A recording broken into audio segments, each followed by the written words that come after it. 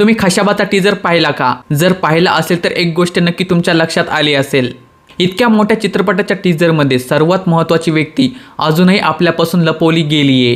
क्या बात कर रहे हैं?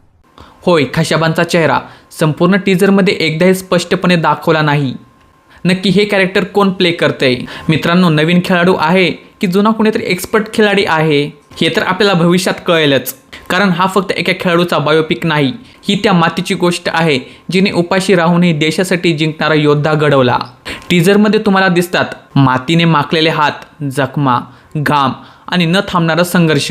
पण विजयाचा क्षण मुद्दाम लपवण्यात आलाय, कारण निर्मात्यांना पदक दाखवायचं नाही, तर त्या पदकासाठी केलेला त्याग व संघर्ष दाखवायचा आहे.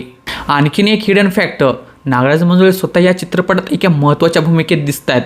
आणि म्हणूनच हा सिनेमा फक्त एक स्पोर्ट्स ड्रामा नाही, तर विस्मृतीत गेलेल्या एका मराठमोळ्या नायकाला पुन्हा एकदा जिवंत करण्याचा प्रयत्न आहे. आणि जेव्हा पहिल्यांदा खशाबांचा चेहरा समोर येईल तेव्हा ऑडियन्स मात्र सरप्राईज होणार आहे. तर हा चित्रपट येतोय तब्बल 6 महिन्यानंतर, म्हणजेच 1 जानेवारी 2027 रोजी. आणि मंडळी, तुम्हाला काय वाटतंय, खशाबाचा रोल कोणी साकारला असेल हे कमेंट करून नक्की सांगा. आणि अशा सिनेमांच्या न्यूजसाठी आमच्या चॅनलला फॉलो करायला विसरू नका.